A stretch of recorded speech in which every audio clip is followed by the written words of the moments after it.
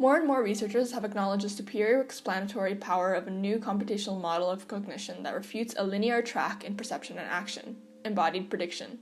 This model proposes that since the body is adaptively built for maintaining homeostasis, it subliminally uses a predictive process in both A, representing its inner and outer environment, and B, acting upon it according to the bodily system's goals. First, the body uses multimodal summaries of neuronal pattern activations called simulations to represent sensory input.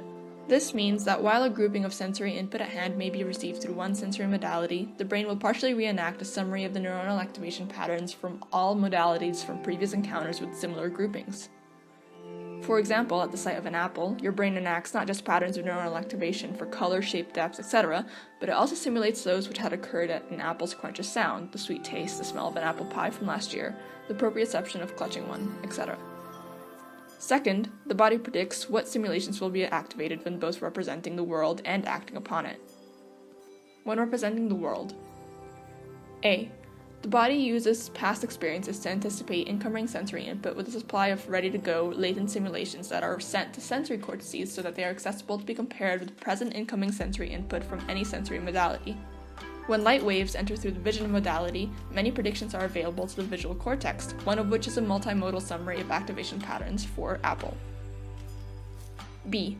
The signals of those light waves, however, won't be used completely by the brain. The visual cortex only uses signals from actual incoming sensory input in two ways. The first way is to select which simulation most matches it. The signals from sensory input that were correctly predicted are discarded due to redundancy. The second way signals from sensory input are used before they are discarded is to correct and update a simulation when the best suited prediction does not match present sensory input appropriately.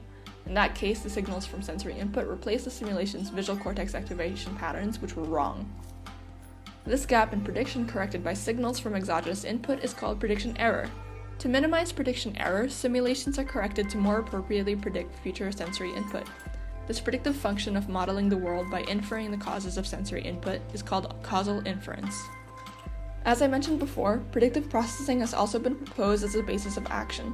When the body needs its inner or outer environment to change in order to achieve a better homeostatic physiological state, the brain will send predictions to the body of how it wants its physiological states to be.